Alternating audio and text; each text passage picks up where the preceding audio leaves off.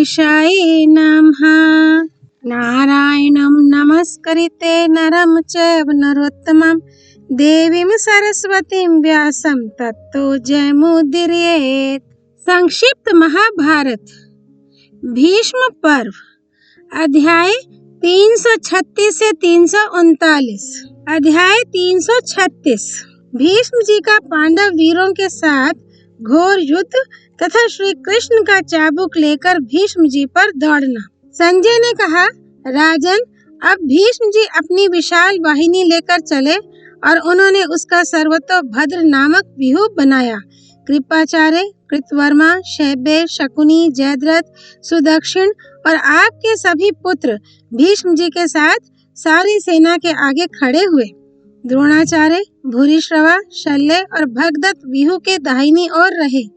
अश्वत्थामा, सोमदत्त और दोनों अवंती राजकुमार अपनी विशाल सेना के सहित बाईं ओर खड़े हुए।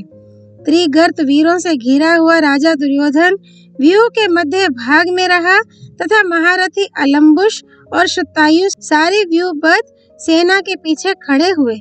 इस प्रकार आपकी सेना के सभी वीर व्यूह रचना की रीति से खड़े होकर युद्ध के लिए तैयार हो गए।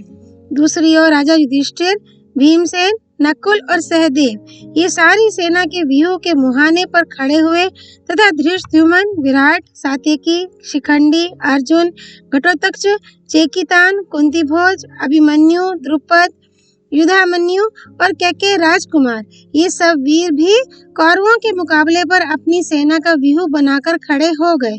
अब आपके पक्ष के वीर भीष्म जी को आगे करके पांडवों की ओर बढ़े। इसी प्रकार भीमसेन आदि पांडव योद्धा भी संग्राम में विजय पाने की लालसा से भीष्म जी के साथ युद्ध करने के लिए आगे आए। बस दोनों ओर से घोर युद्ध होने लगा।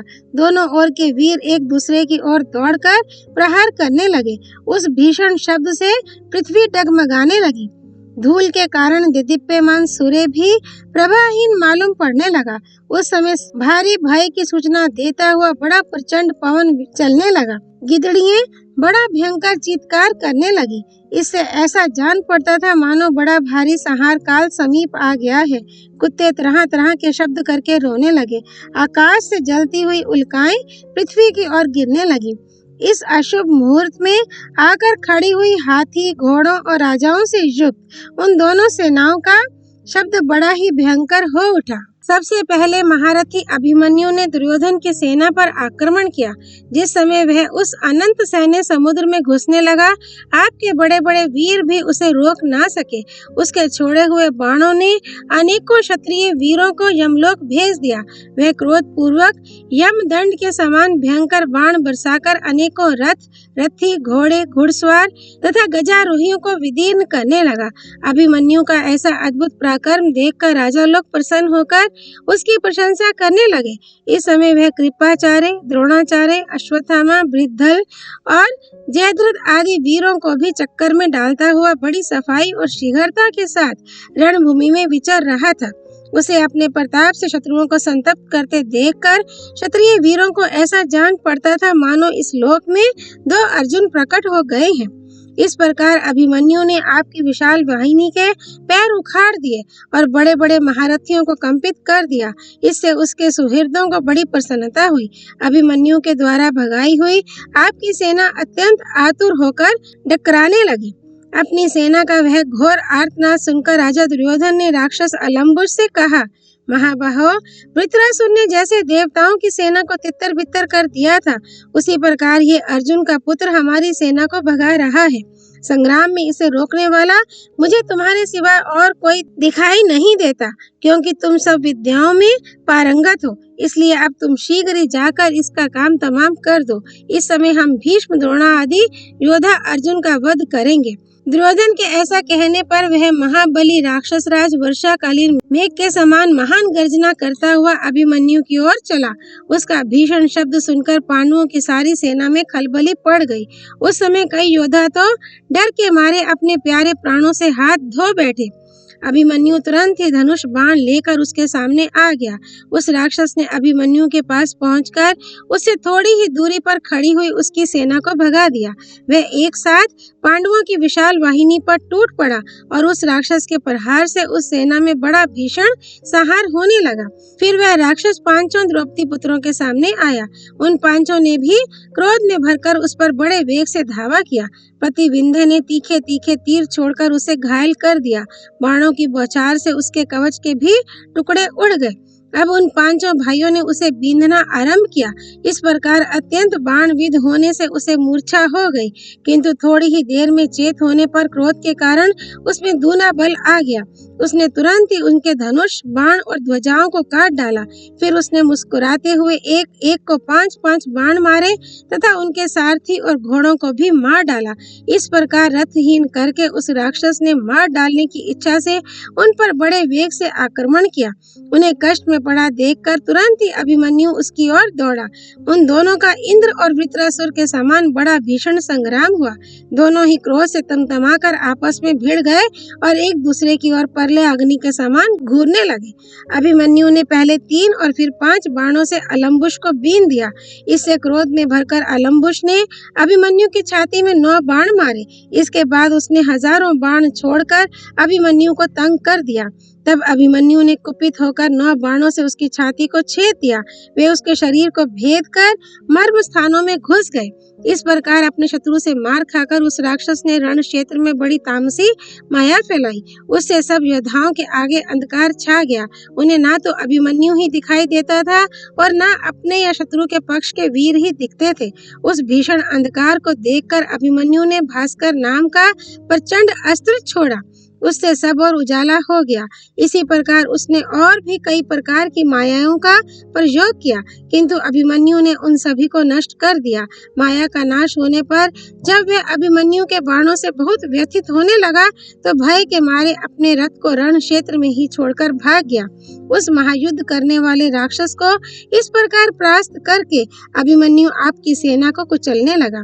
तब अपनी सेना को भागते देखकर भीष्म जी और अनेकों कौरव महारथी उस अकेले बालक को चारों ओर से घेर कर बाणों से बींधने लगे, किंतु वीर अभिमन्यु बल और पराक्रम में अपने पिता अर्जुन और मामा श्री कृष्ण के समान था और उसने रणभूमि में उन दोनों के ही समान पराक्रम दिखलाया। इतने ही में वीरवर अर्जुन अपने पुत्र की रक्षा के लिए आपके सैनिकों का संहार करते भीष्म जी के पास पहुंच गए। इसी तरह आपके पिता भीष्म जी भी रणभूमि में अर्जुन के सामने आकर डट गए।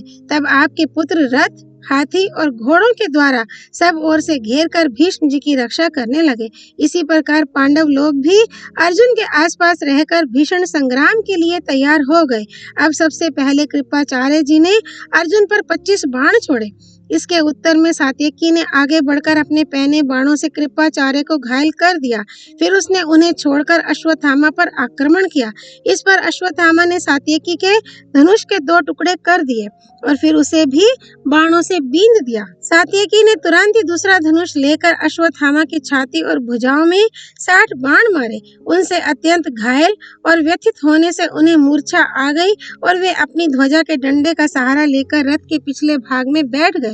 कुछ देर में चेत होने पर प्रतापी अश्वत्थामा ने कुपित होकर सात्यकी पर एक नाराज छोड़ा। वह उसे घायल करके पृथ्वी में घुस गया। फिर एक दूसरे बाण से उन्होंने उसकी ध्वजा काट डाली और बड़ी गर्जना करने लगे। इसके बाद वे उस पर बड़े प्रचंड बाणों की वर्षा करने लगे। सात्यकी ने भी उस सारे शर समूह को काट डाला और तुरंत ही अनेक प्रकार के बाण बरसाकर अश्वत्थामा को आच्छादित कर दिया। तब महाप्रतापी द्रोणाचार्य पुत्र की रक्षा के लिए सात्यकी के सामने आए और अपने तीखे बाणों से उसे छलनी कर दिया। सात्यकी ने भी अश्वत्थामा को छोड़कर 20 बाणों से आचार्य को बींध दिया। इसी समय परम साहसी अर्जुन ने क्रोध में भरकर द्रोणाचार्य जी पर धावा किया। उन्होंने 3 बाण छोड़कर द्रोणाचार्य जी को घायल किया और फिर बाणों की वर्षा करके उन्हें ढक दिया। इससे आचार्य की क्रोधाग्नि एकदम भड़क उठी और उन्होंने बात ही बात में अर्जुन को बाणों से छा दिया। तब दुर्योधन ने सुशर्मा को संग्राम में द्रोणाचार्य जी की सहायता करने की आज्ञा दी। इसलिए त्रिगर्त राज ने भी अपना धनुष चढ़ाकर अर्जुन को लोहे की नोक वाले बाणों से आच्छादित कर दिया। तब अर्जुन ने भी भीषण सिंहनाद करके सुशर्मा और उसके पुत्र को अपने बाणों से बीन दिया तथा वे दोनों भी मरने का निश्चय करके उन पर टूट पड़े और उनके रथ पर बाणों की वर्षा करने लगे। अर्जुन ने उस बाण वर्षा को अपने बाणों से रोक दिया। उनका ऐसा हस्त लाघव देखकर देवता और दानव भी प्रसन्न हो गए। फिर अर्जुन ने कुपित होकर कौरव सेना के अग्रभाग में खड़े हुए त्रिगर्त वीरों पर वायव्यास्त्र छोड़ा। उससे आकाश में खलबली पैदा करता हुआ बड़ा प्रचंड पवन प्रकट हुआ, जिसके कारण अनेकों वृक्ष उखड़कर गिर गए तथा बहुत से वीर धराशायी हो गए। तब द्रोणाचार्य जी ने शैलास्त्र छोड़ा, उससे वायु रुक गई और सब दिशाएं स्वच्छ हो गई। इस प्रकार पांडुपुत्र अर्जुन ने त्रिगर्त रथियों का उत्साह ठंडा कर दिया और उन्हें पराक्रमहीन करके युद्ध के मैदान से भगा दिया। राजन, इस प्रकार युद्ध होते होते जब मध्याह्न हो गया तो गंगा नंदन भीष्म जी अपने पहने बाणों से पांडव पक्ष के सैकड़ों हजारों सैनिकों का संहार करने लगे। तब धृष्टद्युम्न, शिखंडी, विराट और द्रुपद भीष्म जी के सामने आकर उन पर बाणों की वर्षा करने लगे। भीष्म जी ने धृष्टद्युम्न को बींध कर 3 बाणों से विराट को घायल किया और एक बाण राजा द्रुपद पर छोड़ा। इस प्रकार भीष्म जी के हाथ से घायल होकर वे धनुर्धर वीर बड़े क्रोध में भर गए। इतने ही में शिखंडी ने पितामह को बींध दिया, किंतु उसे स्त्री समझकर उन्होंने उस पर वार नहीं किया। फिर धृष्टद्युम्न ने उनकी छाती और भुजाओं में 3 बाण मारे तथा द्रुपद ने 25, विराट ने 10 और शिखंडी ने 25 बाणों से उन्हें घायल कर दिया। भीष्म जी ने 3 बाणों से तीनों वीरों को बीन दिया और एक बाण से द्रुपद का धनुष काट डाला। उन्होंने तत्काल दूसरा धनुष लेकर 5 बाणों से भीष्म जी को और 3 से उनके सारथी को बीन दिया। अब द्रुपद की रक्षा करने के लिए भीमसेन, द्रौपदी के 5 पुत्र, केकयदेशीय 5 भाई, सात्यकी, राजा युधिष्ठिर और धृष्टद्युम्न भीष्म जी की ओर दौड़े। इसी प्रकार आपकी ओर के सब वीर भी भीष्म जी की रक्षा के लिए पांडवों की सेना पर टूट पड़े। अब आपके और पांडवों के सेनानियों का बड़ा घमासान युद्ध होने लगा। रथी रथियों से भिड़ गए तथा पैदल, गजारोही और अश्वारोही भी आपस में मिलकर एक दूसरे को यमराज के घर भेजने लगे। दूसरी ओर अर्जुन ने अपने तीखे बाणों से सुशर्मा के साथी राजाओं को यमराज के घर भेज दिया। तब सुशर्मा भी अपने बाणों से अर्जुन को घायल करने लगा। उसने 70 बाणों से श्री कृष्ण पर और 9 से अर्जुन पर वार किया, किंतु अर्जुन ने उन्हें अपने बाणों से रोककर सुशर्मा के कई वीरों को मार डाला। इस प्रकार कल्पांतकारी काल के समान अर्जुन की मार से भयभीत होकर वे महारथी मैदान छोड़कर भागने लगे। उनमें से कोई घोड़ों को, कोई रथों को और कोई हाथियों को छोड़कर जहां तहां भाग गए। त्रिगर्त राज सुशर्मा तथा दूसरे राजाओं ने उन्हें रोकने का बहुत प्रयत्न किया, परंतु फिर युद्ध क्षेत्र में उनके पैर नहीं जमे। सेना को इस प्रकार भागती देखकर आपका पुत्र दुर्योधन त्रिगर्त राज की रक्षा के लिए सारी सेना के सहित भीष्म जी को आगे करके अर्जुन की ओर चला। इसी प्रकार पांडव लोग भी अर्जुन की रक्षा के लिए पूरी तैयारी के साथ भीष्म जी की ओर चले। अब भीष्म जी ने अपने बाणों से पांडवों की सेना को आच्छादित करना आरंभ किया। दूसरी ओर सात्यकी ने 5 बाणों से कृतवर्मा को बींधा और फिर सहस्त्रों बाणों की वर्षा करते हुए युद्ध में डटकर खड़ा हो गया।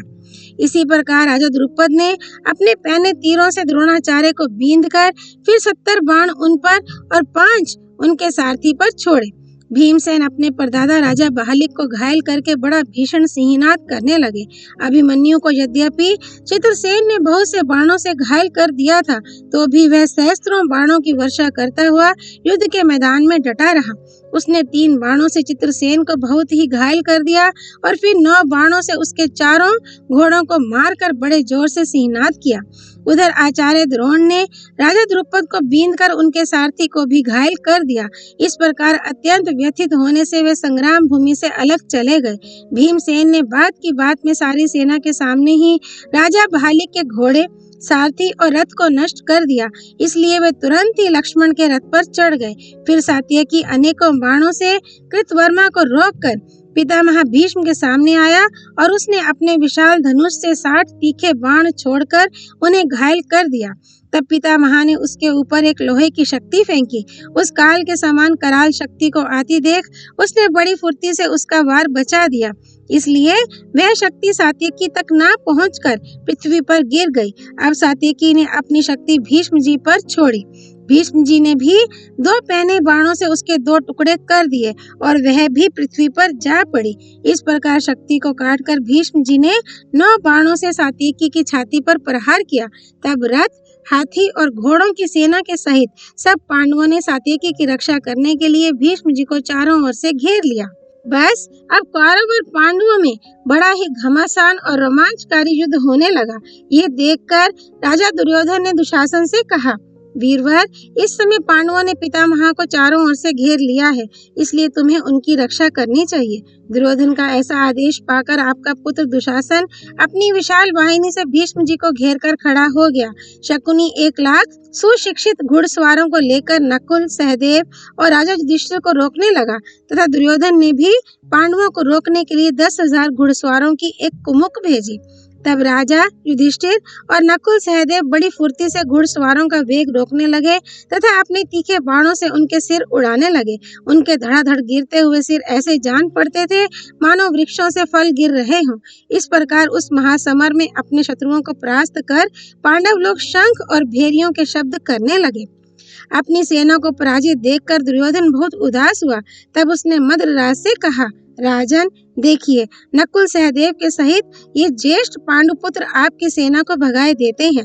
आप इन्हें रोकने की कृपा करें। आपके बल और पराक्रम को हर कोई सहन नहीं कर सकता। दुर्योधन की यह बात सुनकर मद्रराज शल्य रथ सेना लेकर राजा युधिष्ठिर के सामने आए। उनकी सारी विशाल वाहिनी एक साथ युधिष्ठिर के ऊपर टूट पड़ी, किंतु धर्मराज ने उस सैन्य प्रवाह को तुरंत रोक दिया और 10 बाण राजा शल्य की छाती में मारे। इसी प्रकार नकुल और सहदेव ने भी उनके साथ बाण मारे। मद्रराज ने भी उनमें से प्रत्येक के 3-3 बाण मारे। फिर 60 बाणों से राजा युधिष्ठिर को घायल किया और 2-2 बाण माद्री पुत्रों पर भी छोड़े। बस दोनों ओर से बड़ा ही घोर और कठोर युद्ध होने लगा। अब सूर्यदेव पश्चिम की ओर ढलने लगे थे, अतः आपके पिता भीष्म जी ने अत्यंत कुपित होकर बड़े तीखे बाणों से पांडव और उनकी सेना पर वार किया। उन्होंने 12 बाणों से भीम को, 9 से सात्यकी को, 3 से नकुल को, 7 से सहदेव को और 12 से राजा युधिष्ठिर के वक्षस्थल को बींधकर बड़ा सिंहनाद किया। तब उन्हें बदले में नकुल ने 12, सात्यकी ने 3, धृष्टद्युम्न ने 70, भीमसेन ने 7 और युधिष्ठिर ने 12 बाणों से घायल किया। इसी समय द्रोणाचार्य ने 5-5 बाणों से सात्यकी और भीमसेन पर चोट की तथा भीम और सात्यकी ने भी उन पर 3-3 बाण छोड़े। इसके बाद पांडवों ने फिर पितामह को ही घेर लिया, किंतु उनसे घिरकर भी अजय भीष्म वन में लगी हुई आग के समान अपने तेज से शत्रुओं को जलाते रहे। उन्होंने अनेकों रथ, हाथी और घोड़ों को मनुष्यहीन कर दिया। उनकी प्रत्यंचा की बिजली की कड़क के समान टंकार सुनकर सब प्राणी कांप उठे और उनके अमोघ बाण चलने लगे। भीष्म जी के धनुष से छूटे हुए बाण योद्धाओं के कवचों में नहीं लगते थे, वे सीधे उनके शरीर को फोड़कर निकल जाते थे। चेदी, काशी और करुष देश के 14,000 महारथी जो संग्राम में प्राण देने को तैयार और कभी पीछे पैर नहीं रखने वाले थे, भीष्म जी के सामने आकर अपने हाथी, घोड़े और रथों के सहित नष्ट होकर परलोक में चले गए। अब पांडवों की सेना इस भीषण मार काट से आर्तनाद करती भागने लगी। ये देखकर श्री कृष्ण ने अपना रथ रोककर अर्जुन से कहा, कुंती नंदन, तुम जिसकी प्रतीक्षा में थे वह समय अब आ गया है। इस समय यदि तुम मोहग्रस्त नहीं हो तो भीष्म जी पर वार करो। तुमने विराट नगर में राजाओं के एकत्रित होने पर संजय के सामने जो कहा था कि मुझसे संग्राम भूमि में भीष्म, द्रोणा आदि जो भी धृतराष्ट्र के सैनिक युद्ध करेंगे उन सभी को मैं उनके अनुयायियों सहित मार डालूंगा। उस बात को अब सच करके दिखा दो। तुम शास्त्र धर्म का विचार करके बेखटके युद्ध करो। इस पर अर्जुन ने कुछ बेमन से कहा, अच्छा, जिधर भीष्म जी हैं उधर घोड़ों को हाँक दीजिए, मैं आपकी आज्ञा का पालन करूंगा और अजय भीष्म जी को पृथ्वी पर गिरा दूंगा। तब श्री कृष्ण ने अर्जुन के सफेद घोड़ों को भीष्म जी की ओर हाँका। अर्जुन को युद्ध के लिए भीष्म के सामने आते देख युधिष्ठिर की विशाल वाहिनी फिर लौट आई। भीष्म जी ने तुरंत ही बाणों की वर्षा करके अर्जुन के रथ को सारथी और घोड़ों के सहित ढक दिया। उनकी घनघोर बाण वर्षा के कारण उनका दिखना बिल्कुल बंद हो गया, किंतु श्री कृष्ण इससे तनिक भी नहीं घबराए। वे भीष्म जी के बाणों से बिंधे हुए घोड़ों को बराबर हाँकते रहे। तब अर्जुन ने अपना दिव्य धनुष उठाकर अपने पहने बाणों से भीष्म जी का धनुष काटकर गिरा दिया। भीष्म जी ने एक क्षण में ही दूसरा धनुष लेकर चढ़ाया, किंतु अर्जुन ने क्रोध में भरकर उसे भी काट डाला। अर्जुन की इस फुर्ती की भीष्म जी भी बड़ाई करने लगे और कहने लगे, वाह महाबाहु अर्जुन, शाबाश, कुंती के वीर पुत्र शाबाश। ऐसा कहकर उन्होंने एक दूसरा धनुष लिया और अर्जुन पर बाणों की झड़ी लगा दी। इस समय घोड़ों की चक्करदार चाल से भीष्म जी के बाणों को व्यर्थ करके श्री कृष्ण ने घोड़े हाँकने की कला में अपना अद्भुत कौशल प्रदर्शित किया, किंतु युद्ध करने में अर्जुन की शिथिलता और भीष्म जी को युधिष्ठिर की सेना के मुख्य मुख्य वीरों का संहार करके परले सी मचाते देखकर उन्हें सहन नहीं हुआ। वे झट घोड़ों की रास छोड़कर कूद पड़े और सिंह के समान गरजते हुए पैदल ही चाबुक लेकर भीष्म जी की ओर दौड़े। उनके पैरों की धमक से मानो पृथ्वी फटने लगी और क्रोध से आंखें लाल हो गईं। उस समय आपकी ओर के वीरों के हृदय तो सुन से हो गए और सब और यही कोलाहल होने लगा कि भीष्म जी मरे। श्री कृष्ण रेशमी पीताम्बर धारण किए थे, उससे उनका नील मणि के समान श्याम सुंदर शरीर विद्युलता से सुशोभित श्याम मेघ के समान जान पड़ता था। सिंह जिस प्रकार हाथी पर टूटता है, उसी प्रकार वे गरजते हुए बड़े वेग से भीष्म जी की ओर दौड़े। कमल नयन भगवान कृष्ण को अपनी ओर आते देखकर पितामह ने अपना विशाल धनुष चढ़ाया और तनिक भी ना घबराते हुए उनसे कहने लगे, कमल लोचन, आइए देव, आपको नमस्कार है। यदुश्रेष्ठ, अवश्य आज संग्राम में मेरा वध कीजिए। युद्ध स्थल में आपके हाथ से मारे जाने से मेरा सब प्रकार कल्याण ही होगा। गोविंद, आज आपके युद्ध क्षेत्र से उतरने में मैं तीनों लोकों में सम्मानित हो गया। आप इच्छानुसार मेरे ऊपर प्रहार कीजिए, मैं तो आपका दास हूँ। इसी समय अर्जुन ने पीछे से जाकर भगवान को अपनी भुजाओं में भर लिया, किंतु इस पर भी वे अर्जुन को घसीटते हुए बड़ी तेजी से आगे ही बढ़े चले गए। तब अर्जुन ने जैसे तैसे उन्हें 10वें कदम पर रोककर दोनों चरण पकड़ लिए और बड़े प्रेम से दीनता पूर्वक कहा, महाबाहो लौटिए। आप जो पहले कह चुके हैं कि मैं युद्ध नहीं करूंगा, उसे मिथ्या ना कीजिए। यदि आप ऐसा करेंगे तो लोग आपको मिथ्यावादी कहेंगे। ये सारा भार मेरे ही ऊपर रहने दीजिए, मैं पितामह का वध करूंगा। ये बात मैं शस्त्र की, सत्य की और पुण्य की शपथ करके कहता हूँ। अर्जुन की बात सुनकर श्री कृष्ण कुछ भी ना कहकर क्रोध में भरे हुए ही फिर रथ पर बैठ गए। शांतनु नंदन भीष्म जी फिर इन दोनों पुरुष श्रेष्ठों पर बाण वर्षा करने लगे। उन्होंने फिर अन्यान्य योद्धाओं के प्राण लेने आरंभ कर दिए। पहले जिस प्रकार कौरवों की सेना भाग रही थी, उसी प्रकार अब आपके पितृव्य भीष्म जी ने पांडवों के दल में भगदड़ डाल दी। उस समय पांडव पक्ष के वीर सैकड़ों और हजारों की संख्या में मारे जा रहे थे। वे ऐसे निरुत्साह हो गए थे कि मध्यकालीन सूर्य के समान तेजस्वी भीष्म जी की ओर ताक भी नहीं सकते थे। पांडव लोग भौचक्के से होकर भीष्म जी का वह अमानवीय पराक्रम देखने लगे। उस समय दल दल में फंसी हुई गाय के समान भागती हुई पांडव सेना को अपना कोई भी रक्षक दिखाई नहीं देता था। इस प्रकार बलवान भीष्म जी पांडवों के बलहीन वीरों को चींटी की तरह मसल रहे थे। इसी समय भगवान सूर्य अस्त होने लगे, इसलिए दिन भर के युद्ध से थकी हुई सेनाओं का युद्ध बंद करने का मन हो गया। अध्याय 337। पांडवों का भीष्म जी से मिलकर उनके वध का उपाय जानना। संजय ने कहा, दोनों सेनाओं में अभी युद्ध हो ही रहा था कि सूर्यदेव अस्ताचल पर जा पहुंचे। संध्या के समय लड़ाई बंद हो गई। भीष्म के बाणों की मार खाकर पांडव सेना भय से व्याकुल हो हथियार फेंककर भाग चली। इधर भीष्म जी क्रोध में भरकर महारथियों का संहार करते ही जा रहे थे तथा सोमक क्षत्रिय हार कर अपना उत्साह खो बैठे थे। ये सब देख और सोचकर राजा युधिष्ठिर ने सेना को पीछे लौटा लेने का विचार किया और युद्ध बंद करने की आज्ञा दे दी। इसके बाद आपकी सेना भी लौटा ली गई। भीष्म के बाणों से पीड़ित हुए पांडव जब उनके पराक्रम की याद करते थे तो उन्हें तनिक भी शांति नहीं मिलती थी। भीष्म जी भी संजय और पांडवों को जीतकर कौरवों के मुख से अपनी प्रशंसा सुनते हुए शिविर में चले गए। रात्रि के प्रथम पहर में पांडव, वृष्णि और संजयों की एक बैठक हुई। उसमें सब लोग शांत भाव से इस बात का विचार करने लगे कि अब क्या करने से अपना भला होगा। बहुत देर तक सोचने विचारने के बाद राजा युधिष्ठिर ने भगवान श्री कृष्ण की ओर देखकर कहा, श्री कृष्ण, आप महात्मा भीष्म जी का भयंकर पराक्रम देखते हैं ना। जैसे हाथी नरकुल के वन को रौंद डालता है, उसी प्रकार ये हमारी सेना को कुचल रहे हैं।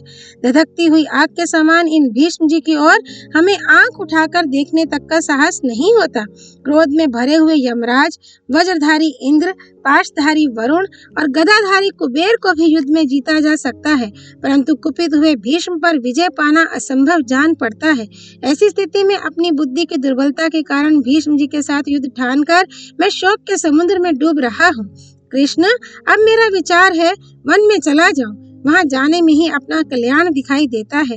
युद्ध की तो बिल्कुल इच्छा नहीं है, क्योंकि भीष्म निरंतर हमारी सेना का संहार कर रहे हैं। जैसे जलती हुई आग की ओर दौड़ने वाला पतंग मृत्यु के ही मुख में जाता है, उसी प्रकार भीष्म के पास जाने पर हम लोगों की दशा होती है। वासुदेव, हमारा पक्ष क्षीण हो चला है। हमारे भाई बाणों की चोट से बेहद कष्ट पा रहे हैं। भ्रातृ स्नेह के ही कारण हमारे साथ ये भी राज्य से भ्रष्ट हुए।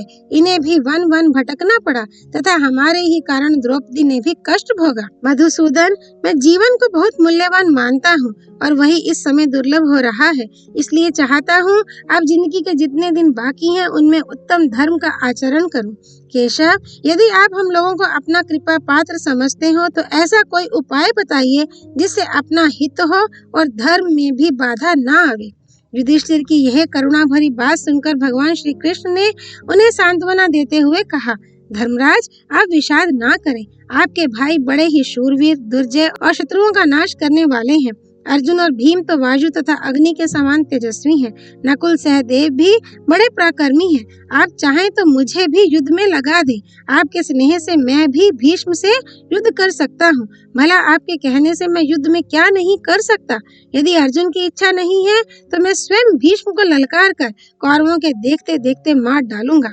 भीष्म के मारे जाने पर ही यदि आपको अपनी विजय दिखाई देती है तो मैं अकेले ही उन्हें मार सकता हूँ। इसमें तनिक भी संदेह नहीं कि जो पांडवों का शत्रु है वह मेरा भी शत्रु ही है। जो आपके हैं वे मेरे हैं और जो मेरे हैं वे आपके भी हैं। आपके भाई अर्जुन मेरे सखा, संबंधी तथा शिष्य हैं। आवश्यकता हो तो मैं इनके लिए अपने शरीर का मांस भी काट कर दे सकता हूँ और ये भी मेरे लिए प्राण त्याग सकते हैं। हम लोगों ने प्रतिज्ञा की है कि एक दूसरे को संकट से बचाएंगे। अतः आप आज्ञा दीजिए, आज से मैं भी युद्ध करूंगा। अर्जुन ने उपपलवे में जो सब लोगों के सामने यह प्रतिज्ञा की थी कि मैं भीष्म का वध करूंगा, उसका मुझे हर तरह से पालन करना है। जिस काम के लिए अर्जुन की आज्ञा हो वह मुझे अवश्य पूर्ण करना चाहिए। अथवा भीष्म को मारना कौन बड़ी बात है। अर्जुन के लिए तो यह बहुत हल्का काम है। राजन, यदि अर्जुन तैयार हो जाएं तो असंभव कार्य भी कर सकते हैं। दैत्य और दानवों के साथ संपूर्ण देवता भी युद्ध करने आ जाए तो अर्जुन उन्हें भी मार सकते हैं। फिर भीष्म की तो बिसात ही क्या है। युधिष्ठिर ने कहा, माधव, आप जो कहते हैं वह सब ठीक है। कौरव पक्ष के सभी योद्धा मिलकर भी आपका वेग नहीं सह सकते। जिसके पक्ष में आप जैसे सहायक मौजूद हैं, उसके मनोरथ पूर्ण होने में क्या संदेह है। गोविंद, जब आप रक्षा के लिए तैयार हैं तो मैं इंद्र आदि देवताओं को भी जीत सकता हूँ। भीष्म की तो बात ही क्या है, किंतु अपने गौरव की रक्षा के लिए मैं आपको अपना वचन मिथ्या करने के लिए नहीं कह सकता। आप अपनी पूर्व प्रतिज्ञा के अनुसार बिना युद्ध किए ही मेरी सहायता करें। भीष्म जी भी मेरे साथ शर्त कर चुके हैं कि मैं तुम्हारे लिए युद्ध तो नहीं करूंगा, पर तुम्हें हित की सलाह दिया करूंगा। वे मुझे राज्य भी देने वाले हैं और अच्छी सम्मति भी। इसलिए हम सब लोग आपके साथ भीष्म जी के पास चले और उन्हीं से उनके वध का उपाय पूछें। वे अवश्य ही हमारे हित की बात बताएंगे। जैसा कहेंगे उसी के अनुसार कार्य किया जाएगा, क्योंकि जब हमारे पिता मर गए और हम लोग नीरे बालक थे, उस समय उन्होंने ही हमें पाल पोस कर बड़ा किया था। माधव, वे हमारे पिता के पिता हैं, वृद्ध हैं, तो भी हम उन्हें मारना चाहते हैं। धिक्कार है क्षत्रियों की ऐसी वृत्ति को। तदनंतर भगवान श्री कृष्ण ने युधिष्ठिर से कहा, महाराज, आपकी राय मुझे पसंद है। आपके पितामह देवव्रत बड़े ही पुण्यात्मा हैं। वे केवल दृष्टि मात्र से सबको भस्म कर सकते हैं। अतः उनके पास वध का उपाय पूछने के लिए अवश्य चलना चाहिए। विशेषतः आपके पूछने पर वे सच्ची ही बात बताएंगे। उनकी जैसी सम्मति होगी उसी के अनुसार हम लोग युद्ध करेंगे। इस प्रकार सलाह करके पांडव और भगवान श्री कृष्ण भीष्म के शिविर में गए। उस समय उन लोगों ने अपने अस्त्र वस्त्र और कवच उतार दिए थे। वहां पहुंचकर पांडवों ने भीष्म जी के चरणों पर मस्तक रखकर प्रणाम किया और कहा कि हम आपकी शरण हैं। तब भीष्म जी ने उन सबको देखकर कहा, वासुदेव, मैं आपका स्वागत करता हूँ। धर्मराज, धनंजय, भीम, नकुल और सहदेव का भी स्वागत है। मैं तुम लोगों का कौन सा कार्य करूं जिससे तुम्हें प्रसन्नता हो? यदि कोई कठिन से कठिन काम हो तो भी बताओ, मैं उसे सर्वथा पूर्ण करने का यत्न करूंगा। भीष्म जी प्रसन्नता के साथ जब बारंबार इस प्रकार कहने लगे तो राजा युधिष्ठिर ने दीनता पूर्वक कहा, प्रभु, जिस उपाय से यह प्रजा का संहार बंद हो जाए वह बताइए। आप स्वयं ही हमें अपने वध का उपाय बता दीजिए। वीरवर, इस युद्ध में आपका वेग हम लोग कैसे सह सकते हैं? हमें तो आप में तनिक भी असावधानी नहीं दिखाई देती। जब आप रथ, घोड़े, हाथी और मनुष्यों का विनाश करने लगते हैं, उस समय कौन मनुष्य आप पर विजय पाने का साहस कर सकता है? दादाजी, हमारी बहुत बड़ी सेना नष्ट हो गई। अब बतलाइए कैसे हम आपको जीत सकते हैं और किस प्रकार अपना राज्य पा सकते हैं? तब भीष्म जी ने कहा, कुंती नंदन, मैं सच्ची बात कहता हूँ, जब तक मैं जीवित हूँ तुम्हारी विजय किसी तरह नहीं हो सकती। मेरे परास्त होने पर ही तुम लोग विजयी होगे। अतः यदि वास्तव में जीतने की इच्छा है तो जितनी जल्दी हो सके मुझे मार डालो। मैं अपने ऊपर प्रहार करने की आज्ञा देता हूँ, इससे तुम्हें पुण्य होगा। मेरे मर जाने पर सबको मरा हुआ ही समझो, इसलिए पहले मुझे ही मारने का उद्योग करो। युधिष्ठिर बोले, दादाजी, तब आप ही वह उपाय बतलाइए जिससे आपको हम लोग जीत सकें। युद्ध में जब आप क्रोध करते हैं तो दंडधारी यमराज के समान जान पड़ते हैं। इंद्र, वरुण और यम को भी जीता जा सकता है, पर आपको तो इंद्र आदि देवता तथा असुर भी नहीं जीत सकते। भीष्म ने कहा, पांडुनंदन, तुम्हारा कहना सत्य है, पर जब मैं हथियार रख दूं उस समय तुम्हारे महारथी मुझे मार सकते हैं। जो हथियार डाल दे, गिर जाए, कवच उतार दे, ध्वजा नीचे कर दे, भाग जाए, डरा हो, मैं आपका हूँ ये कहकर शरण में आ जाए। स्त्री हो या स्त्री के समान जिसका नाम हो, जो व्याकुल हो, जिसको एक ही पुत्र हो और जो लोक में निंदित हो, ऐसे लोगों के साथ मैं युद्ध नहीं करना चाहता। तुम्हारी सेना में जो शिखंडी है वह पहले स्त्री के रूप में उत्पन्न हुआ था, पीछे पुरुष हुआ है। इस बात को तुम लोग भी जानते हो। वीर अर्जुन शिखंडी को आगे करके मुझ पर बाणों का प्रहार करे। वह जब मेरे सामने रहेगा तो मैं धनुष लिए रहने पर भी प्रहार नहीं करूंगा। मुझे मारने के लिए यही एक छिद्र है। इस मौके से लाभ उठाकर अर्जुन शीघ्रता पूर्वक मुझे बाणों से घायल कर दे। संसार में भगवान श्री कृष्ण और अर्जुन के सिवा दूसरा कोई ऐसा नहीं दिखाई देता जो मुझे सावधान रहते मार सके। इसलिए शिखंडी जैसे किसी पुरुष को आगे करके अर्जुन मुझे मार गिरावे। ऐसा करने से निश्चय ही तुम्हारी विजय होगी। जैसा मैंने बताया है वैसा ही करो, तभी धृतराष्ट्र के समस्त पुत्रों को मार सकोगे। इस प्रकार भीष्म जी के मुख से उनके मरण का उपाय जानकर पांडवों ने उन्हें प्रणाम किया और अपने शिविर को लौट गए। भीष्म जी की बात याद करके अर्जुन बहुत दुखी हुए और संकोच के साथ भगवान श्री कृष्ण से बोले, माधव, भीष्म जी कुरु वंश के वृद्ध पुरुष हैं, गुरु हैं और हमारे दादा हैं। इनके साथ मैं कैसे युद्ध कर सकूंगा? बचपन में मैं इनकी गोद में खेला था। अपने धूल धूसरित शरीर से ना जाने कितनी बार इनके शरीर को मैला कर चुका हूँ। यद्यपि ये हमारे पिता के पिता हैं, तो भी इनके अंक में बैठकर मैं इन्हीं को पिता कहकर पुकारता था। उस समय ये समझाते, बेटा, मैं तुम्हारा नहीं, तुम्हारे पिता का पिता हूँ। जिन्होंने इतने ममत्व से पाला, उन्हीं का वध मैं कैसे कर सकता हूँ? ये भले ही मेरी सेना का नाश कर डाले, मेरी विजय हो या विनाश, किंतु मैं तो इनके साथ युद्ध नहीं करूँगा। अच्छा कृष्ण, इसमें आपका क्या विचार है? श्री कृष्ण ने कहा, अर्जुन, पहले तुम भीष्म के वध की प्रतिज्ञा कर चुके हो, फिर क्षत्रिय धर्म में स्थित रहते हुए अब उन्हें नहीं मारने की बात कैसे कह रहे हो? मेरी तो यही सम्मति है, उन्हें रथ से मार गिराओ। ऐसा किए बिना तुम्हारी विजय असंभव है। देवताओं की दृष्टि में यह बात पहले से ही आ चुकी है। भीष्म जी के परलोक गमन का समय निकट है। नियति का विधान पूरा होकर ही रहेगा, इसमें उलटफेर नहीं हो सकता। मेरी एक बात सुनो, कोई अपने से बड़ा हो, बूढ़ा हो और अनेकों गुणों से संपन्न हो, तो भी यदि वह आतताई बनकर मारने के लिए आ रहा हो तो उसे अवश्य मार डालना चाहिए। युद्ध, प्रजा का पालन और यज्ञ का अनुष्ठान, ये क्षत्रियों का सनातन धर्म है।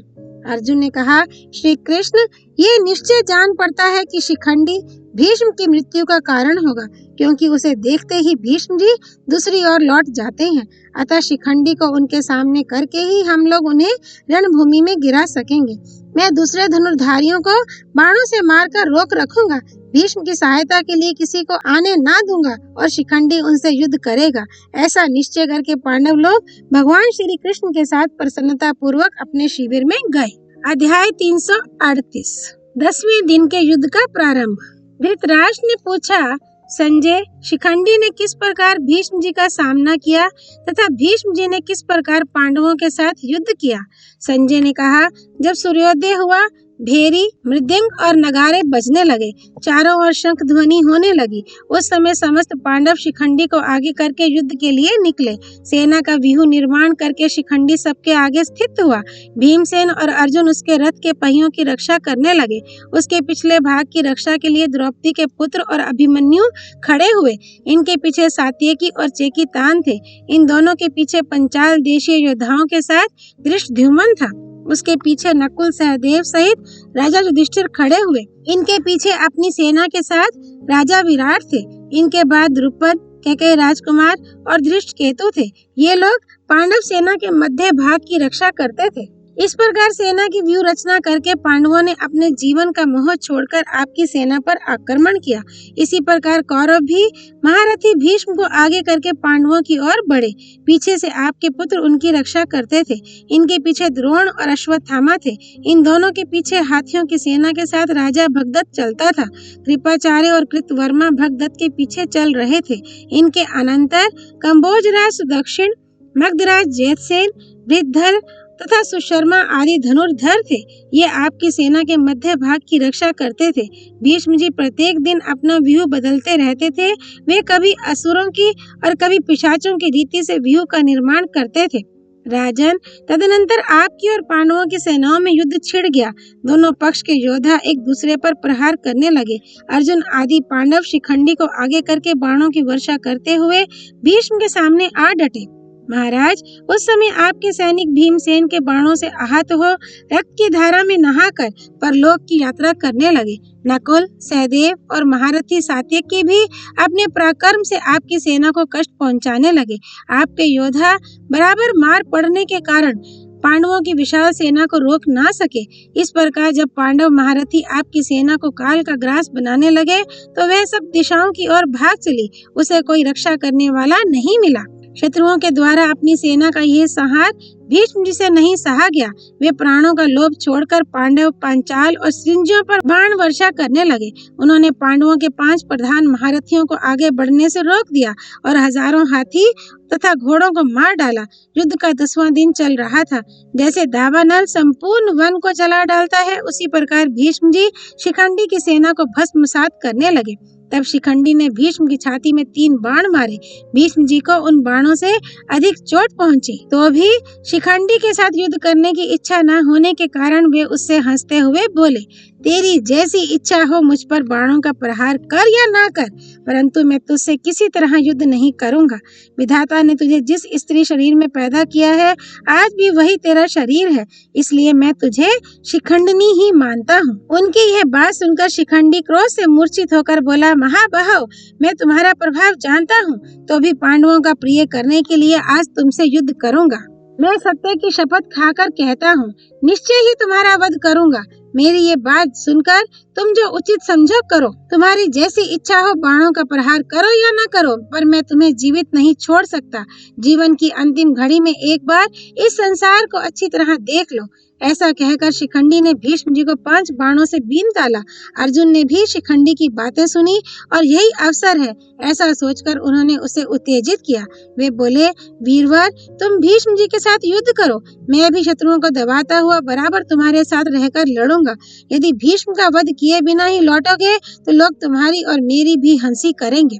अतः पूरा प्रयत्न करके पितामह को मार डालो, जिससे हम लोगों की हंसी ना होने पावे। धृतराष्ट्र ने पूछा, शिखंडी ने भीष्म जी पर कैसे धावा किया? पांडव सेना के कौन कौन महारथी उसकी रक्षा करते थे तथा 10वें दिन के युद्ध में भीष्म जी ने पांडवों और सृंजियों के साथ किस प्रकार युद्ध किया था? संजय ने कहा, राजन, भीष्म जी प्रतिदिन की भांति उस दिन भी युद्ध में शत्रुओं का संहार कर रहे थे। अपनी प्रतिज्ञा के अनुसार उन्होंने पांडवों की सेना का विध्वंस आरंभ किया। उस समय पांडव और पांचाल मिलकर भी उनका वेग नहीं रोक सके। सैकड़ों और हजारों बाणों की वर्षा करके उन्होंने शत्रु सेना को तहस नहस कर डाला। इतने में वहां अर्जुन आ पहुंचे। उन्हें देखते ही कौरव सेना के रथी भय से थर्रा उठे। अर्जुन जोर जोर से धनुष टंकारते हुए बारंबार सिंहनाद कर रहे थे और बाणों की वर्षा करते हुए रणभूमि में काल के समान विचरते थे। जैसे सिंह की आवाज सुनकर हिरण भागते हैं, उसी प्रकार अर्जुन की सिंह गर्जना से भयभीत हो आपकी सेना के योद्धा भाग चले। ये देख दुर्योधन ने भय से व्याकुल होकर भीष्म जी से कहा, दादाजी, ये पांडुनंदन अर्जुन मेरी सेना को भस्म कर रहा है। देखिए ना, सभी योद्धा इधर उधर भाग रहे हैं। भीम के कारण भी सेना में भगदड़ मची हुई है। सात्यकी, चेकितान, नकुल, सहदेव, अभिमन्यु, धृष्टद्युम्न और घटोत्कच, ये सभी मेरे सैनिकों को खदेड़ रहे हैं। अब आपके सिवा कोई इन्हें सहारा देने वाला नहीं है। आप ही इन पीड़ितों की प्राण रक्षा कीजिए। आपके पुत्र के ऐसा कहने पर भीष्म जी ने थोड़ी देर तक सोचकर मन ही मन कुछ निश्चय किया। इसके बाद उसे आश्वासन देते हुए कहा, दुर्योधन, मैंने तुमसे प्रतिज्ञा की है कि 10,000 महाबली क्षत्रियों का संहार करके ही रण से लौटूंगा। ये मेरा प्रतिदिन का काम होगा। इसको अब तक निभाता आया हूँ और आज भी वह महान कार्य पूर्ण करूंगा। आज या तो मैं ही मरकर रणभूमि में शयन करूंगा या पांडवों को ही मार डालूंगा। ये कहकर भीष्म जी पांडव सेना के पास पहुंचे और अपने बाणों से क्षत्रियों को गिराने लगे। उस दिन पांडव लोग रोकते ही रह गए, परंतु भीष्म जी ने अपनी अद्भुत शक्ति का परिचय देते हुए 1,00,000 योद्धाओं का संहार कर डाला। पांचालों में जो श्रेष्ठ महारथी थे, उन सबका तेज हर लिया। कुल 10,000 हाथी और सवारों सहित 10,000 घोड़ों तथा पूरे 2,00,000 पैदल सैनिकों का विनाश करके वे धूम रहित अग्नि के समान देदीप्यमान हो रहे थे। उस दिन भीष्म जी उत्तरायण के सूर्य की भांति तप रहे थे। पांडव उनकी ओर आंख उठाकर देख भी नहीं सके। तदनंतर पितामह के उस पराक्रम को देखकर अर्जुन ने शिखंडी से कहा, अब तुम भीष्म जी का सामना करो। उनसे तनिक भी डरने की जरूरत नहीं है। मैं साथ हूँ। बाणों से मारकर उन्हें रथ से नीचे गिरा दूंगा। अर्जुन की बात सुनकर शिखंडी ने भीष्म जी पर धावा किया। साथ ही धृष्टद्युम्न और अभिमन्यु ने भी उन पर चढ़ाई की। फिर विराट, द्रुपद, कुंतीभोज, नकुल, सहदेव, युधिष्ठिर तथा उनकी सेना के समस्त योद्धाओं ने भीष्म जी पर आक्रमण किया। तब आपके सैनिक भी इन महारथियों का मुकाबला करने को आगे बढ़े। जिनकी जैसी शक्ति और उत्साह था, उसके अनुसार उन्होंने अपना प्रतिद्वंद्वी चुन लिया। चित्रसेन चेकितान से जा भिड़ा। धृष्टद्युम्न को कृतवर्मा ने रोक लिया। भीमसेन को भूरिश्रवा ने अटकाया। विकर्ण ने नकुल का मुकाबला किया। सहदेव को कृपाचार्य ने रोका। इसी प्रकार घटोत्कच को दुर्मुख ने, सात्यकी को दुर्योधन ने, अभिमन्यु को सुदक्षिण ने, द्रुपद को अश्वत्थामा ने, युधिष्ठिर को द्रोणाचार्य ने तथा शिखंडी और अर्जुन को दुशासन ने रोक लिया। इनके अतिरिक्त आपके अन्य योद्धाओं ने भी भीष्म की ओर बढ़ने वाले पांडव महारथियों को रोका। इनमें से केवल महारथी धृष्टद्युम्न ही अपने विपक्षी को दबाकर आगे बढ़ा और सैनिकों से पुकार पुकार कर कहने लगा, वीरों, क्या देखते हो? ये पांडुनंदन अर्जुन भीष्म पर धावा कर रहे हैं। तुम लोग भी इनके साथ बढ़ो। डरो मत, भीष्म तुम्हारा कुछ भी नहीं बिगाड़ सकते। इंद्र भी अर्जुन का मुकाबला नहीं कर सकते, फिर भीष्म की तो बात ही क्या है। सेनापति के वचन सुनकर पांडवों के महारथी बड़े उल्लास के साथ भीष्म के रथ की ओर बढ़े। ये देख पितामह के जीवन की रक्षा के लिए दुशासन ने अपने प्राणों का भय छोड़कर अर्जुन पर धावा किया और उन्हें 3 बाणों से घायल करके श्री कृष्ण के ऊपर 20 बाणों का प्रहार किया। तब अर्जुन ने दुशासन पर 100 बाण छोड़े। वे उसका कवच भेद कर शरीर का रक्त पीने लगे। इससे दुशासन को बहुत क्रोध हुआ और उसने अर्जुन के ललाट में 3 बाण मारे। अर्जुन ने उसका धनुष काट कर 3 बाणों से रथ तोड़ दिया और फिर तीखे बाणों से उसे भी बीन डाला।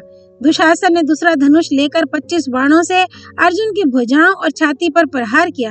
तब अर्जुन क्रोध में भर गए और दुशासन के ऊपर यमदंड के समान भयंकर बाणों का प्रहार करने लगे। उस समय दुशासन ने अद्भुत पराक्रम दिखाया। अर्जुन के बाण उसके पास पहुंचने भी नहीं पाते कि वह उन्हें काट कर गिरा देता था। इतना ही नहीं, उसने तीक्ष्ण बाण छोड़कर अर्जुन को भी घायल कर दिया। तब अर्जुन ने सान पर रगड़कर तीखे किए हुए अनेकों बाण चलाए, वे दुशासन के शरीर में धंस गए। इससे उसको बड़ी पीड़ा हुई और वह अर्जुन का सामना छोड़कर भीष्म के रथ के पीछे छिप गया। दुशासन अर्जुन रूपी अगाध महासागर में डूब रहा था। भीष्म जी उसके लिए द्वीप के समान आश्रयदाता हुए। अध्याय 339। 10वें दिन के युद्ध का वृत्तांत। संजय कहते हैं, तदनंतर सात्यकी को भीष्म जी की ओर जाते देख अलम्बुश राक्षस ने रोका। ये देख सात्यकी ने क्रुद्ध होकर उसे 9 बाण मारे। तब राक्षस भी क्रोध में भर गया और 9 बाण मारकर उसने उन्हें बड़ी पीड़ा पहुंचाई। फिर तो सात्यकी के क्रोध की भी सीमा ना रही। उसने उस राक्षस पर बाण समूहों की वर्षा आरंभ कर दी। तब राक्षस भी सिंहनाद करता हुआ तीक्ष्ण बाणों से सात्यकी को बींधने लगा। साथ ही राजा भगदत्त ने भी उस पर तीखे बाण बरसाने आरंभ कर दिए। इस पर सात्यकी ने अलम्बुश को छोड़कर भगदत्त को ही अपने बाणों का निशाना बनाया। भगदत्त ने सात्यकी का धनुष काट दिया, किंतु वह पुनः दूसरा धनुष लेकर उन्हें तीखे बाणों से बींधने लगा। ये देखकर भगदत्त ने सात्यकी पर एक भयंकर शक्ति का प्रहार किया, किंतु सात्यकी ने बाण मारकर उस शक्ति के 2 टुकड़े कर दिए। इतने में महारथी राजा विराट और द्रुपद कौरव सैनिकों को पीछे हटाते हुए भीष्म जी के ऊपर चढ़ आए। इधर से अश्वत्थामा आगे बढ़कर उन दोनों से युद्ध करने लगा। विराट ने 10 और द्रुपद ने 3 बाण मारकर द्रोण कुमार को घायल कर दिया।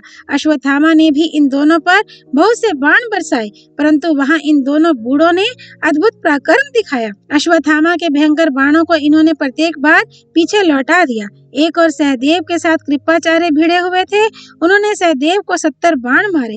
तब सहदेव ने उनका धनुष काट दिया और 9 बाणों से उन्हें बींध डाला। कृपाचार्य ने दूसरा धनुष लेकर सहदेव की छाती में 10 बाण मारे। सहदेव ने भी कृपाचार्य की छाती में बाणों का प्रहार किया। इस प्रकार इन दोनों में भयंकर संग्राम हो रहा था। इसके अनंतर द्रोणाचार्य महान धनुष लिए पांडवों की सेना में घुसकर उसे चारों ओर भगाने लगे। उन्होंने कुछ अशुभ सूचक निमित्त देखकर अपने पुत्र से कहा, बेटा, आज ही वह दिन है जबकि अर्जुन भीष्म को मार डालने के लिए अपनी पूरी शक्ति लगा देगा, क्योंकि मेरे बाण उछल रहे हैं, धनुष फड़क उठता है, अस्त्र अपने आप धनुष से संयुक्त हो जाते हैं और मेरे मन में क्रूर कर्म करने का संकल्प हो रहा है। चंद्रमा और सूर्य के चारों ओर घेरा पड़ने लगा है। ये क्षत्रियों के भयंकर विनाश की सूचना देने वाला है। इसके सिवा दोनों ही सेनाओं में 5 जन्य शंख की ध्वनि और गांडीव धनुष के टंकार सुनाई पड़ती है। इससे ये निश्चय जान पड़ता है कि आज अर्जुन समस्त योद्धाओं को पीछे हटाकर भीष्म तक पहुंच जाएगा। भीष्म और अर्जुन के संग्राम का विचार आते ही मेरे रोए खड़े हो जाते हैं और हृदय का उत्साह जाता रहता है। देखता हूँ शिखंडी को आगे करके अर्जुन भीष्म के साथ युद्ध करने को बढ़ता चला जा रहा है। युधिष्ठिर का क्रोध, भीष्म और अर्जुन का संघर्ष तथा मेरा शस्त्र छोड़ने का उद्योग, ये तीनों बातें प्रजा के लिए अमंगल की सूचना देने वाली हैं। अर्जुन मनस्वी, बलवान, शूर, अस्त्र विद्या में प्रवीण, शीघ्रता से पराक्रम दिखाने वाला, दूर तक का निशाना भेदने वाला तथा शुभाशुभ निमित्तों को जानने वाला है। इंद्र सहित संपूर्ण देवता भी इसे युद्ध में नहीं जीत सकते। बेटा, तुम अर्जुन का रास्ता छोड़कर शीघ्र ही भीष्म जी की रक्षा के लिए जाओ। देखते हो ना, इस भयानक संग्राम में कैसा महान संहार मचा हुआ है। अर्जुन के तीखे बाणों से राजाओं के कवच छिन्न भिन्न हो रहे हैं। ध्वजा, पताका, तोमर, धनुष और शक्तियों के टुकड़े टुकड़े किए जा रहे हैं। हम लोग भीष्म जी के आश्रय में रहकर जीविका चलाते हैं। उन पर संकट आया है, अतः तुम विजय और यश की प्राप्ति के लिए जाओ।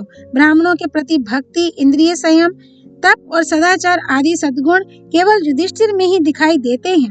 तभी तो इन्हें अर्जुन, भीम, नकुल और सहदेव जैसे भाई मिले हैं। भगवान वासुदेव ने अपनी सहायता से इन्हें सनाथ किया है। दुर्बुद्धि दुर्योधन पर जो युधिष्ठिर का कोप हुआ है, वही समस्त भारत की प्रजा को दग्ध कर रहा है। देखो, भगवान श्री कृष्ण की शरण में रहने वाला अर्जुन कौरवों की सेना को चीरता हुआ इधर ही आ रहा है। मैं युधिष्ठिर के सामने जा रहा हूँ। यद्यपि उनके व्यूह के भीतर घुसना समुद्र के अंदर प्रवेश करने के समान कठिन है, क्योंकि युधिष्ठिर के चारों ओर अतिरथी योद्धा खड़े हैं। सात्यकी, अभिमन्यु, धृष्टद्युम्न, भीमसेन और नकुल सहदेव उनकी रक्षा कर रहे हैं। ये देखो, अभिमन्यु दूसरे अर्जुन के समान सेना के आगे आगे चल रहा है। तुम अपने उत्तम अस्त्रों को धारण करो और धृष्टद्युम्न तथा भीमसेन से युद्ध करने जाओ। अपने प्यारे पुत्र का सदा ही जीवित रहना कौन नहीं चाहता, तो भी इस समय क्षत्रिय धर्म का ख्याल करके तुम्हें अपने से अलग करता हूँ। संजय ने कहा, इस समय भगदत्त, कृपाचार्य, शल्य, कृतवर्मा, विंद, अनुविंद, जयद्रथ, चित्रसेन, दुर्मर्शन और विकर्ण, ये 10 योद्धा भीमसेन के साथ युद्ध कर रहे थे। भीमसेन पर शल्य ने 9, कृतवर्मा ने 3, कृपाचार्य ने 9 तथा चित्रसेन, विकर्ण और भगदत्त ने 10-10 बाणों का प्रहार किया। साथ ही जयद्रथ ने 3, विंद अनुविंद ने 5-5 तथा दुर्मर्शन ने 20 बाणों से उन्हें घायल कर दिया। भीमसेन ने भी इन सब महारथियों को अलग अलग अपने बाणों से बींध डाला। उन्होंने शल्य को 7 और कृतवर्मा को 8 बाणों से बींधकर कृपाचार्य के धनुष को बीच से काट दिया। इसके बाद उन्हें 7 बाणों से घायल किया। फिर विंद और अनुविंद को 3-3, दुर्मर्शन को 20, चित्रसेन को 5, विकर्ण को 10 और जयद्रथ को 5 बाण मारे। कृपाचार्य ने दूसरा धनुष लेकर भीमसेन पर 10 बाणों से चोट की।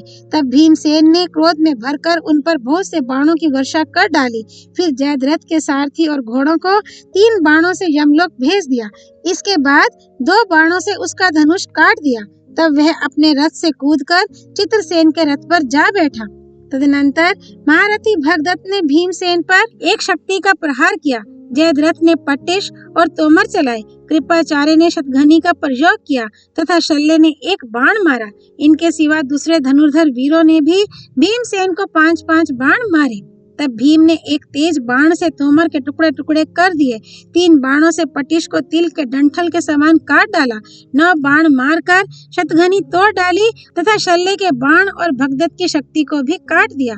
साथ ही दूसरे योद्धाओं के बाणों के भी टुकड़े टुकड़े कर डाले और उन सबको 3-3 बाणों से घायल कर दिया। इतने ही में वहां अर्जुन भी आ पहुंचे। भीम और अर्जुन दोनों को वहां एकत्रित देख आपके योद्धाओं को विजय की आशा नहीं रही। तब दुर्योधन ने सुशर्मा से कहा, तुम अपनी सेना के साथ शीघ्र जाकर भीमसेन और अर्जुन का वध करो। ये सुनकर सुशर्मा ने हजारों रथियों को साथ ले उन दोनों पांडवों को चारों ओर से घेर लिया। ये देख अर्जुन ने पहले राजा शल्य को अपने बाणों से ढक दिया। इसके बाद सुशर्मा और कृपाचार्य को 3-3 बाणों से बींध दिया। फिर भगदत्त, जयद्रथ, चित्रसेन, विकर्ण, कृतवर्मा, दुर्मर्शन, विंद और अनुविंद, इन महारथियों में से प्रत्येक को 3-3 बाण मारे। जयद्रथ चित्रसेन के रथ पर स्थित था। उसने अपने बाणों से अर्जुन और भीम दोनों को घायल किया। शल्य और कृपाचार्य ने भी अर्जुन पर मर्मवेदी बाणों का प्रहार किया तथा चित्रसेन आदि कौरवों ने भी दोनों पांडवों को 5-5 बाण मारे। इस प्रकार आहत होने पर भी वे दोनों पांडव त्रिगर्तों की सेना का संहार करने लगे। तब सुशर्मा ने 9 बाणों से अर्जुन को पीड़ित कर बड़े जोर से सिंहनाद किया। उसकी सेना के दूसरे रथी भी इन दोनों भाइयों को बींधने लगे। उस समय भीम और अर्जुन दोनों ने सैकड़ों वीरों के धनुष और मस्तक काटकर उन्हें रणभूमि में सुला दिया। अर्जुन अपने बाणों से योद्धाओं की गति रोककर मार डालते थे। उनका यह पराक्रम अद्भुत था। यद्यपि कृपाचार्य, कृतवर्मा, जयद्रथ तथा विंद, अनुविंद आदि वीर भीम और अर्जुन का डटकर मुकाबला कर रहे थे, तो भी इन दोनों ने कौरवों की महासेना में भगदड़ मचा दी। तब कौरव सेना के राजाओं ने अर्जुन पर असंख्य बाणों की वर्षा आरंभ की, किंतु अर्जुन ने उन सबको अपने बाणों से रोककर मृत्यु के मुख में पहुंचा दिया। ओम तत्सत। नारायण स्वरूप भगवान श्री कृष्ण की जय। भगवती सरस्वती देवी की जय। भगवान व्यास अवतार श्री कृष्ण द्वैपायन की जय। श्री हरि अर्पणमस्तु।